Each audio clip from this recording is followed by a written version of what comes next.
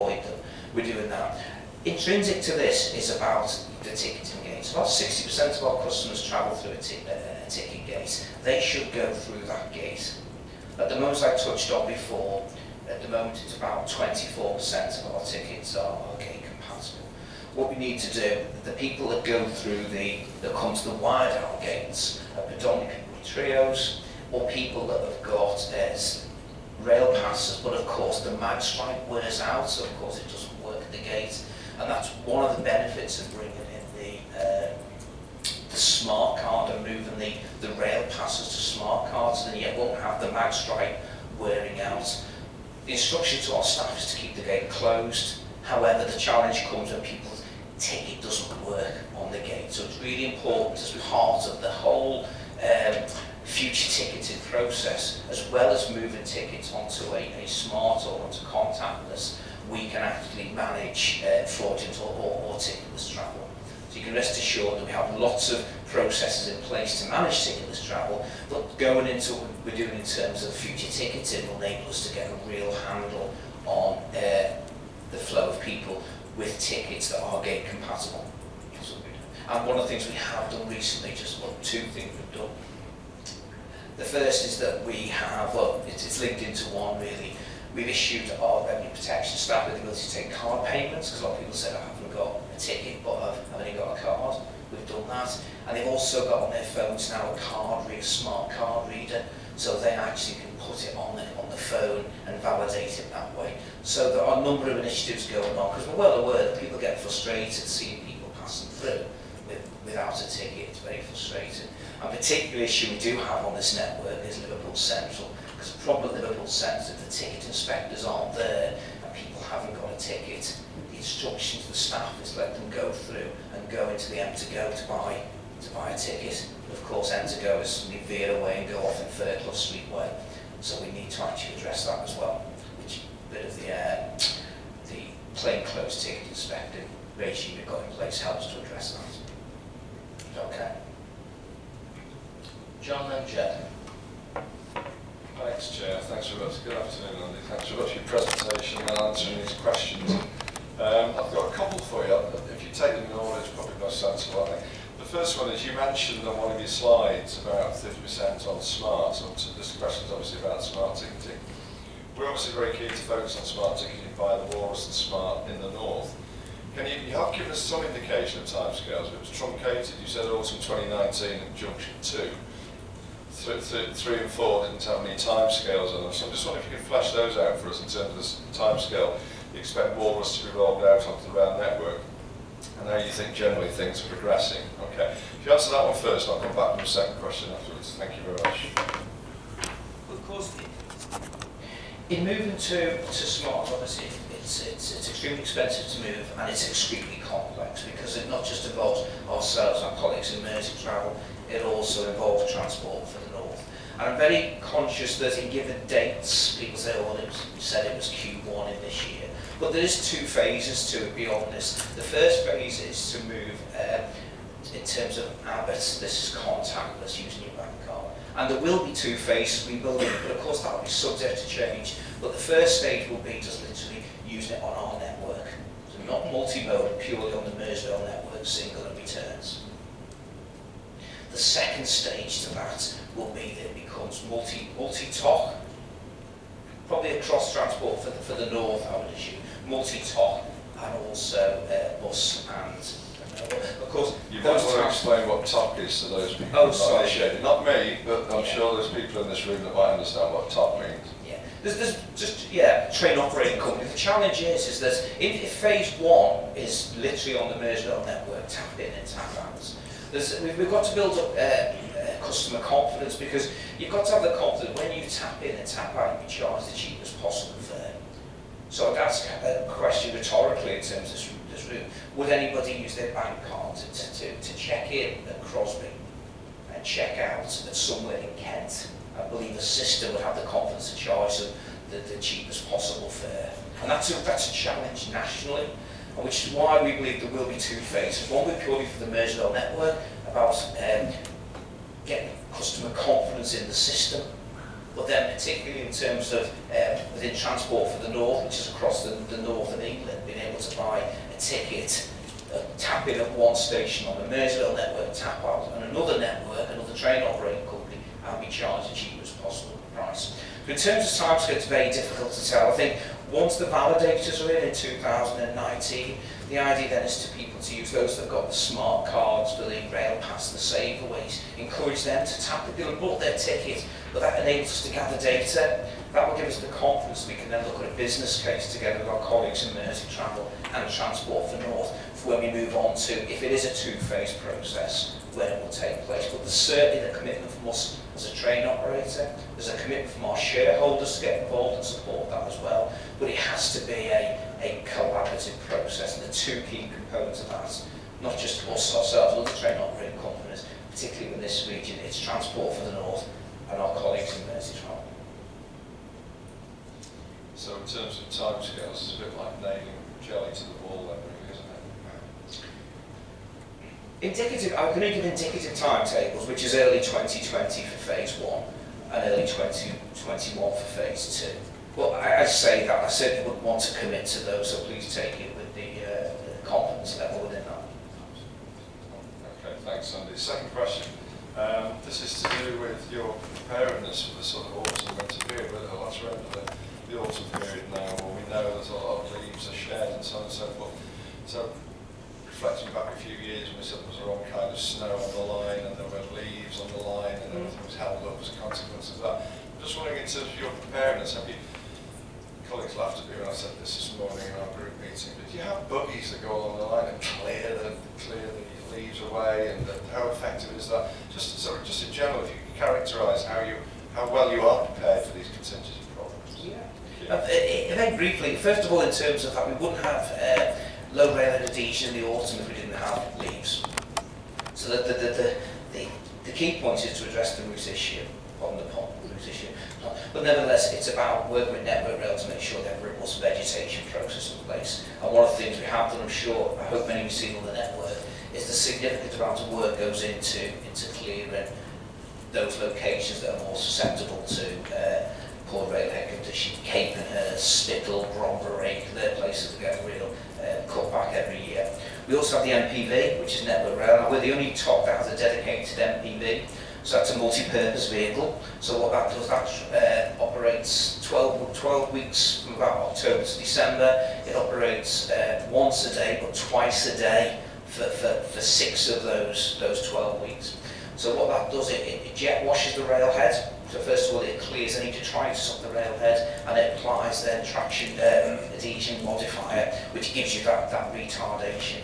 So we've done that. The second issue we have, that's in terms of the track. In terms of the trains themselves, all our units are fitted with sanders, and that happened about 4 years ago. And the way they work, very briefly, is if the wheels start to spin, the driver senses the wheels are starting to spin, so they're not gripping. He puts a brake step in and it automatically applies sand. So we have lots of robust process to ensure we've got the sander hoppers are full, the pipes aren't blocked. And just to give it, to put it into context, adhesion-related delays on the Merseyrail network since 2012 has reduced by 75%. The challenge we do have, I'm sure you're aware, is that we modify the timetable on the Willow line in the autumn. And the reason we do that is the timetable is so tight. I say so tight, it works robustly when you haven't got any retardation issues or grip issues, but it causes a problem in the autumn because you have lots of semi-fasts, which frustrates the customer. So for about 8 weeks we put in a revised timetable that means that people know when their train will run, it runs reliable, and we get really good feedback from that. So we have quite a comprehensive programme, not just for the autumn, but also for the winter, both in terms of the infrastructure manager, which is Network Rail, but also ourselves with our colleagues in Cllr for in terms of what we can do on the trains to make them more resilient. Thank you very much. It was an excellent answer. Thank you. Okay. Chair. Thanks, Chair. Andy, mine's based around environmental initiatives. What have we had in the last 2 years initiatives, and what have we got in the pipeline? Of course, that's excluding the water stuff, which is an awful small. but to future-proofing. The reason I'm asking that is that ultimately, Foulkes is looking at a bidding process for hydrogen. And of course, hydrogen and the climate is something that can go. And also, what initiatives you've got in the pipeline for the next 5 years? So. We have a dedicated environmental manager, and we in terms of our electricity supplies, it falls into two. One is ECPT, which is electric current attraction, and that's associated with how much electricity the trains use. Real challenge there is very much dictated old trains dedicated by, and it's very much influenced by the amount of trains on the train plan that we've done. On a positive note there, when the new trains come in, they will have regenerative braking, so any electricity is not used will be fed back in. So that will reduce the environmental, the carbon footprint. That's a positive. In terms of within the Merseyrail network itself, we have an environmental code which is quite detailed. All our staff are aware of that and tested on that, and that covers the usual they expect, like in terms of lighting and printing and disposal of waste and travel greener, rather than just use your car. We have just agreed with Network Rail, which is a real positive, is that just got to Whittle Line loop renewal last year. We allowed Network Rail access to undertake the Whittle Line track work, so they went in and they did it cheaper than it would have done going in 52 weekends to do it. It wouldn't work. So we let them go in one go, as you're all aware. Network Rail saved significant monies from that. And because of that, I've just agreed with Network Rail that we're going to replace lighting on all our stations with LED. So that's going to be right across the Merseyrail portfolio. That's going to take place next year, funded by Network Rail, as associated with, can't stress enough, the collaborative approach that we took last year. But in terms of our non-traction electricity, then we've had a reduction in the last 4 years of about 30%. So we've got lots and lots of initiatives, but I can happily provide you in a minute with some further details, but it's very much part of our business framework. Patrick? Thank you, Chair. Thanks, Andy. Very interesting presentation. A few months ago, the Independent Committee on Climate Change kind of came out with predictions that what was going to happen was a great intensity in not only the amount of rainfall, but also the intensity of that rainfall. And I'm also aware that the Environment Agency have revised their projections about the intensity of rainfall. And basically, the analysis would suggest the clear and present danger is going to be in major conurbations, there's going to be surface water flooding, and there's an implication here for the key route network. And I'm just wondering what Merseyrail are doing to plan for these eventualities. Well, obviously, in terms of the network itself, we're very conscious of those locations. There's good drainage on the Merseyrail network, to be honest, so that's quite a short sort of concise answer. But what we are aware of is we're aware of those locations on the network that have a propensity to flood. And the benefit of having the third rail traction is that it doesn't happen that often, but we are aware of those. So what we have done over the course of the last 3 years, we've looked at those locations and we made a change we made to the infrastructure. So, for example, Hooton is in a low lie surrounded by fields. So Network Rail have revised the whole drainage system there. They put in trigger activated pumps as well. And so we haven't got that many places on the network that are now, well, in fact, there are no places on the network that we would suffer from major flooding. But of course, as you say, things can change. If the climate changes, then we'll have to address those, as indeed the risks arise. But as it stands at the present, then the network is really resilient to we still have an issue for a short period of time in terms of flash rain. We do for an hour or so, but after that, then we've never had the network grind to a halt because of flooding, other than the Hoop, until that work was done about 3 years ago. We've had no issues since. So by taking that, perhaps it sounds a bit reactive, but being aware that when there is an issue and then dealing with it, it's something that Network Rail have proven that they do step up to the plate. Any further questions or comments? If not, I'll use my prerogative and just ask a couple if I can. First and foremost, this is mainly because Ron's had to leave us because he would want to make sure that I ask this. One of the things that kind of we're very focused on is proper end-to-end journeys and true integration. And really we're kind of keen to see what can be done with regard to integration between buses and trains. And I won't mince my words in when I say that kind of we've had a lot of warm words from bus companies but no practical action yet.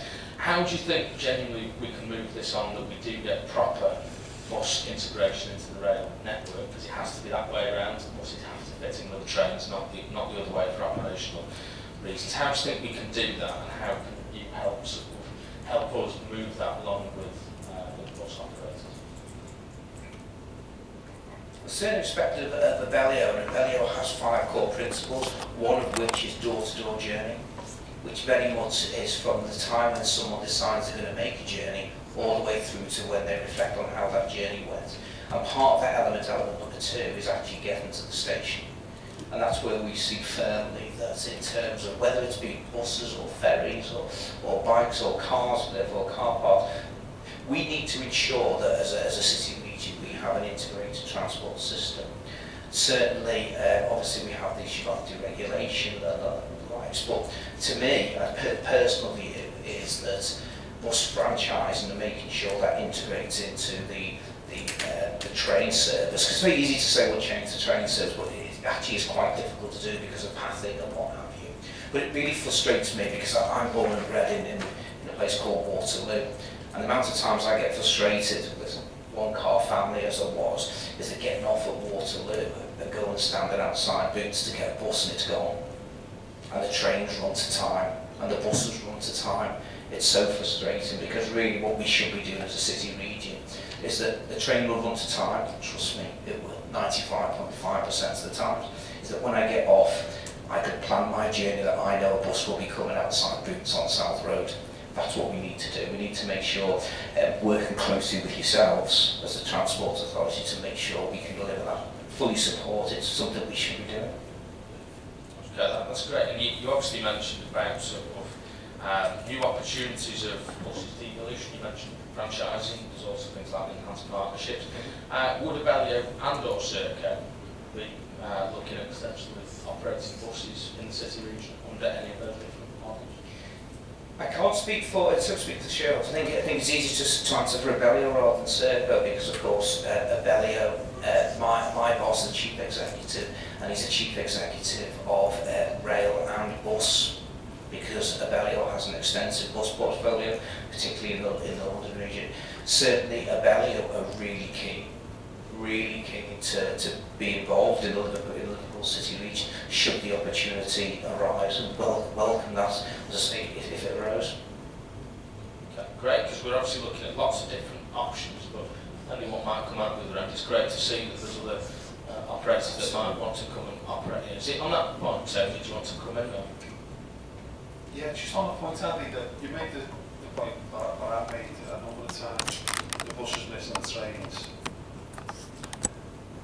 Is it worthwhile?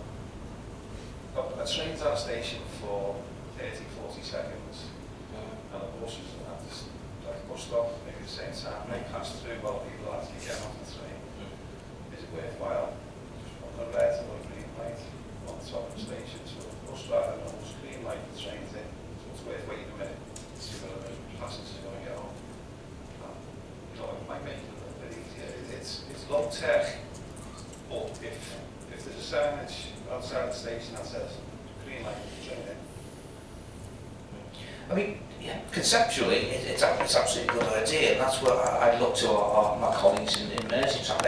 Anything that we can do as a train operator to actually support integration and make sure we have better connectivity for customers, be it from rail to the bus or from the bus to rail, we gladly welcome and fully support it. Excellent. And the final one I was going to ask, because obviously you mentioned it in your presentation, we're in the festive period. You're running those late night services for the Christmas party trade.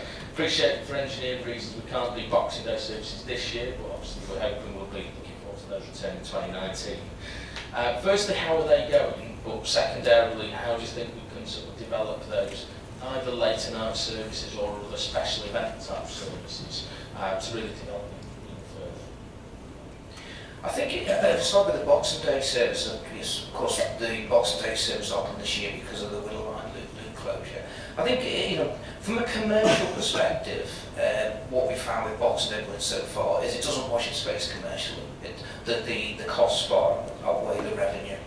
So we as an organisation could be quite clear and say that if we run it, why would we run it at a loss? But we recognise the value that does bring to the city region, and I'm proud to say that, leave aside the commercial issues associated with it, I'm really proud is that I've had it mentioned in many forums that how come Merseyrail can run a service on Boxing Day and we can't? There's lots of reasons why you can't do things. I think it's testament to everyone in this room and your colleagues that we made it happen. And it's something that now in the stage, because it's happened twice, people start to challenge when it's not. So obviously we'll enter into dialogue next year about the feasibility and whether we should do it. From a personal perspective, I believe that we should, because it's positive. Anything we can do to enhance the reputation of the Liverpool network, as I talked before in terms of the rail review, I like to be spoken at in other forums, not the things that we are doing collectively here in the Merseyside region. I think in terms of late night trains, it's more difficult. The issue we have with late night trains is the fact that it's not about just being able to staff them, because we can change rosters, there's lots we can do. It's what we want them for. We have a travel safe policy. The travel place policy is quite clear in terms of when we don't allow people to travel, because the risk not only to themselves but also to our staff. The success of the trains on and up to Christmas, the fact that the one boarding point is Liverpool Central. So what we can do at Liverpool Central is we can regulate who gets on the trains, which is positive. From a personal perspective, would we run late night trains or want to run them on a regular basis? Well, obviously we respond to the request of yourselves, Merseytravel. Commercially, it doesn't wash its face. From a personal perspective, I believe that we should do it when we believe the time is right to do it. Should there be a special event, or indeed something's taken place in the city region that we collectively believe we should change the train plan to make it a success, such as we did with the Giants, then we will gladly do it on those bases. We have to do what we think is the right thing for the customer. Excellent, it's great to hear that continued flexible pioneering approach. Thanks for that, Andy. If there's no further questions or comments, first and foremost, thank you for the presentation and sort of answering all the questions. Obviously, if you'd be happy to come back at a future juncture in the new year, and obviously because it's this time of year, if we can wish yourselves and all of your team at Merseyrail, particularly those people who've been working over Christmas and keeping everyone moving, the very best for Christmas and the new year. And if we can give Andy a big round of applause. Thank you, Chair. Okay then, moving on to the next item, we've got the Quarter 2 Merseytravel Financial Monitoring and Corporate Plan Performance Report, and Nick is going to shout this one for us. Thanks, Stuart. My friend Yass didn't make it with me today as our resident expert. He's taking a day off, so it's down to me to present this. So I probably won't have the panache that he did with. Not really used to that. So, but you'll be fully familiar with this. I sound a bit like university jargon, you know the rules. So off I go. It is a report shared on an overview of the financial, corporate and operational performance of Merseytravel for Quarter 2. As was agreed, the report will start first of all with the financial information. So you've now got a double act. The Cllr Johnson Finance is going to join me on this one, and she'll present the financial information. Thank you, Chair. Financial part of the report is structured into three parts. The first part of the report covers the revenue budget. Members will recall the revenue budget for 18-19 was set at 105.8 million for Merseytravel services and a grant of 28.47 million for the Merseytunnel operation. The first table details the budget and spend to date for Merseytravel's revenue services. A more detailed breakdown of this is provided in the first appendix. Members will note that this is showing a favourable variance based on spend against budget for the first half of the year. The second part of the report covers the Merseytravel capital programme, and this details that we have spent to 6 month point 40 million, which is 19%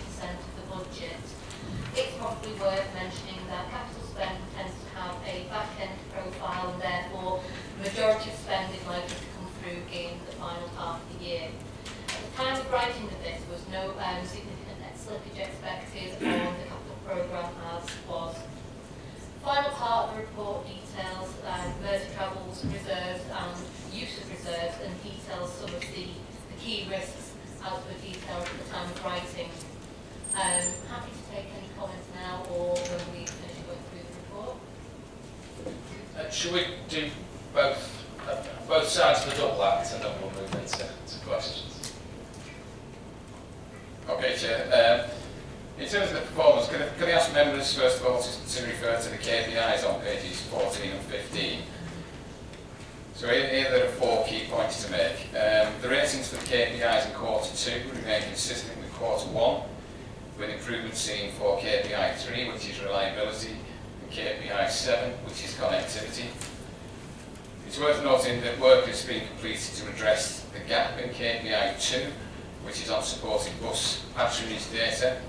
Analysis has now been completed based on the updates to the scheduled mileage system DEVA, and the table on page 13 summarises the revised outputs today from quarter 1 of this year to present date.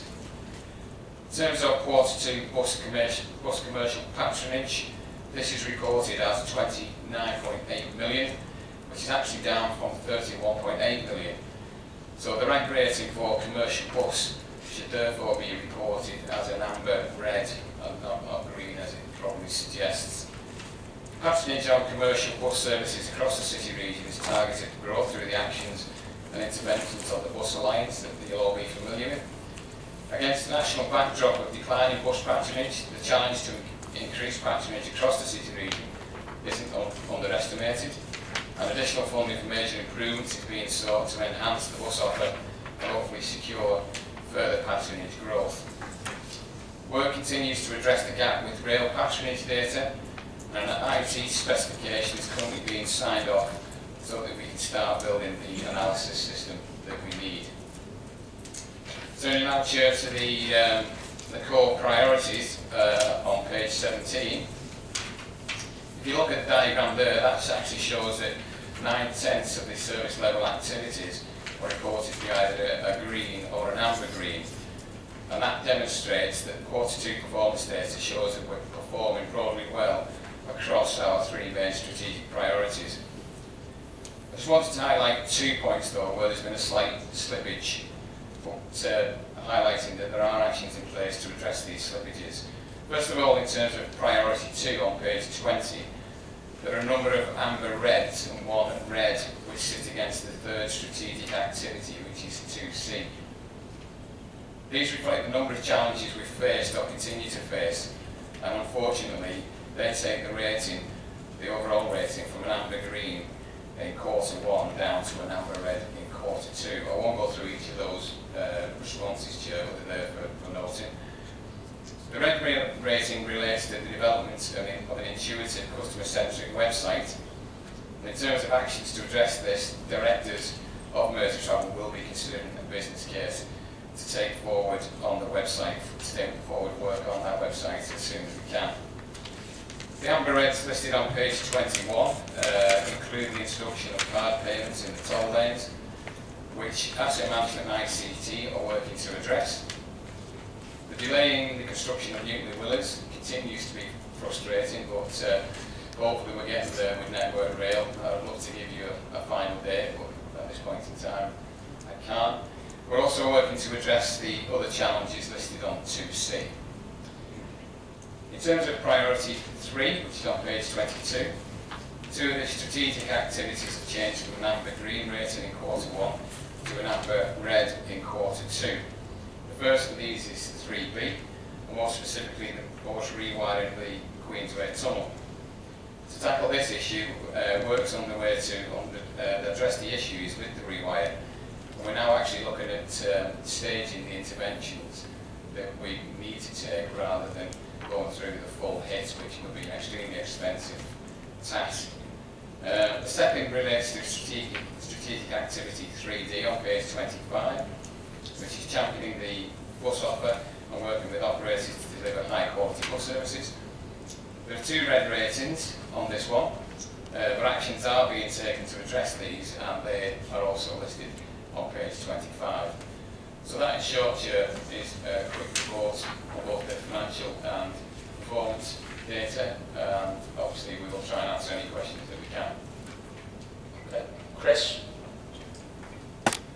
Thank you, Chair. Yeah, I've just picked up a few bits that I just want to see if we can shed a little bit more light on. Starting on page 13, 4.15, there's mention there of, in addition to the bill, there are further potential demands that could be placed on reserves. Are they posing a significant threat? And sort of linked into that, it says with no recourse to any other funding to meet these costs, there will be a need for these costs to be met from reserves. Presumably that's on the assumption that that we run into those snags. I'll take that one. Yes, I think we're trying to be. What that paragraph is highlighting is that we are in particular engaged with some rail projects that are funded through local growth fund. The local growth fund element of those rail projects is capped. Our contribution isn't capped, unfortunately, and we're exposed to some significant risks, partly because the Network Rail are the provider, basically the deliverer of some of those schemes, and it also highlights that there is an outstanding legal type land issue on the rural station as well, where we have some exposure, some degree of exposure. We're not able to quantify them, and that's why we haven't, but it's just making members aware of that. The financial position could be adversely impacted in those major schemes.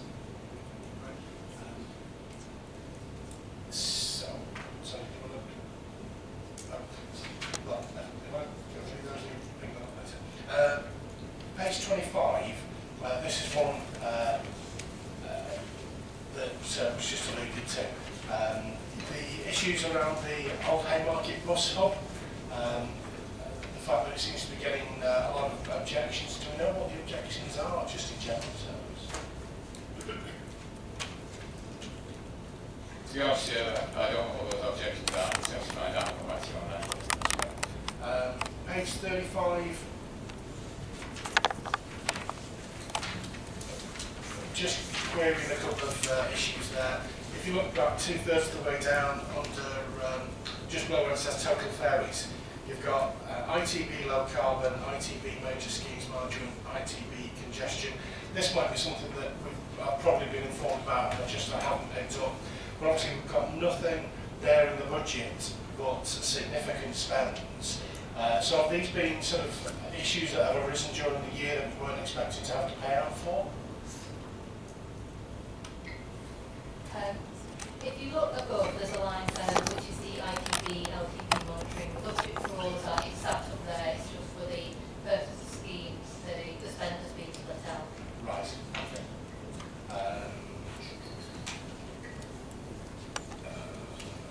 On 38, there's two items on that one. One is the Merseyrail. At present time, the data remains unavailable due to a failed IT legacy system. It's just whether we've got any information on that one. And with the cycling, basically, do we have, obviously it's saying that the information that we have is outside of the area, outside of the scale that we're looking at. Well, have we got any plans to get better data collection in place? Because obviously if we're measuring it against the KPI and the information collection system that we've got in place isn't providing us with that information, then either we need to change the KPI to look at the area that we have got information for, or have a better data collection system. Yeah, the answer to those, in terms of the failed IT legacy system, I think I mentioned that what we are working on that, trying to address that. In terms of the cycling data, it is, strangely enough, in a meeting that I was at just before I came down here, I was highlighting the fact that in terms of cycling data, it's a real challenge for us.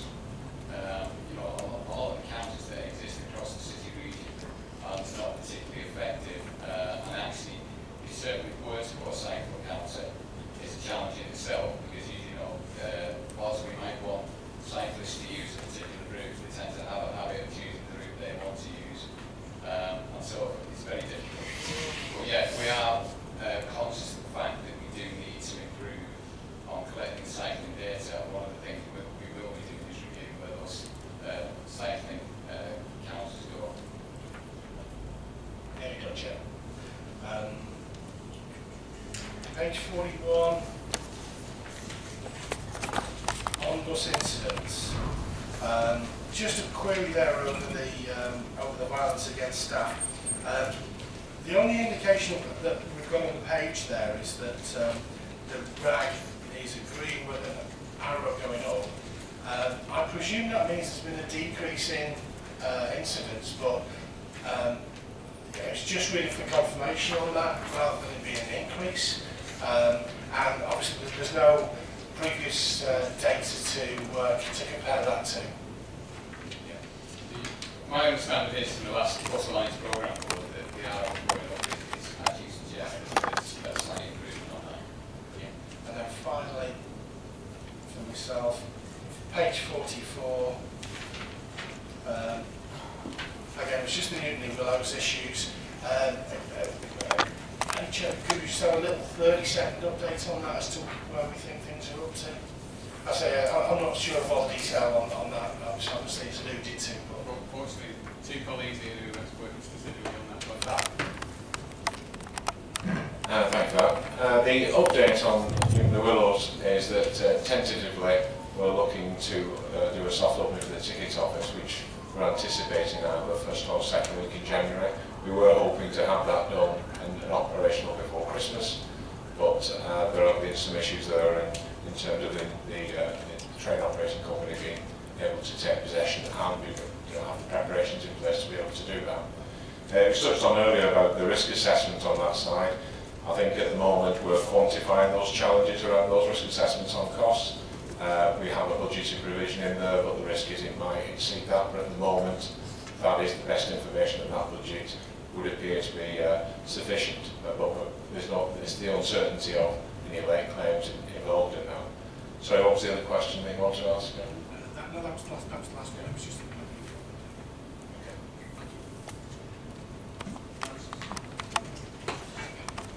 It's going on from what Chris said before, page 30, the 414, to extend the Merseytravel is unable to absorb the additional cost within the agreed budget. There will be further calls on reserve of up to 2.6 million, which will reduce the overall level of reserves. Page 13. Yeah. So, do you want to say that? I mean, that isn't that the next thing to what you said? No. Yeah, it's just it directly follows from the point made earlier around our exposure to risk for most particular schemes.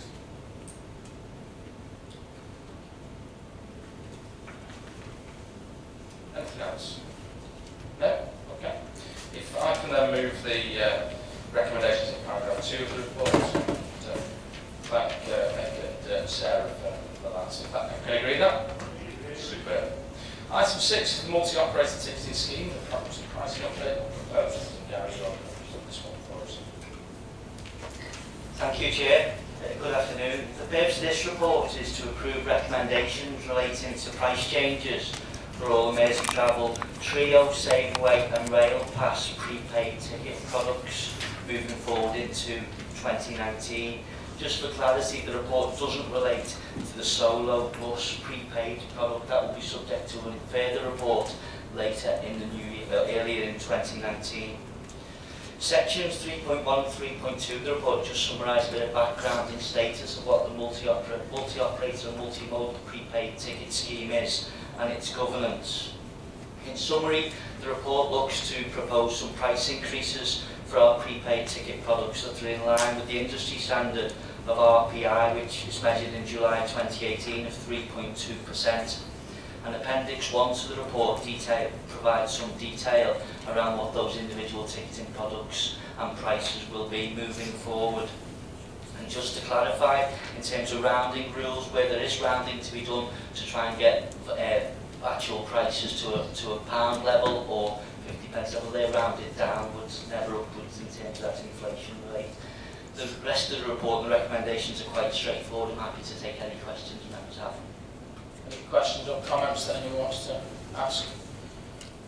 If not, I'll just sort of say a few words in the sense that obviously any price increase is always challenging, but I'm very pleased to say that for, well, certainly as long as I can remember, which is the best part of a decade, all of these prices have only ever been going up in line with inflation, so we're always making sure that we're doing things in the most affordable of fashions.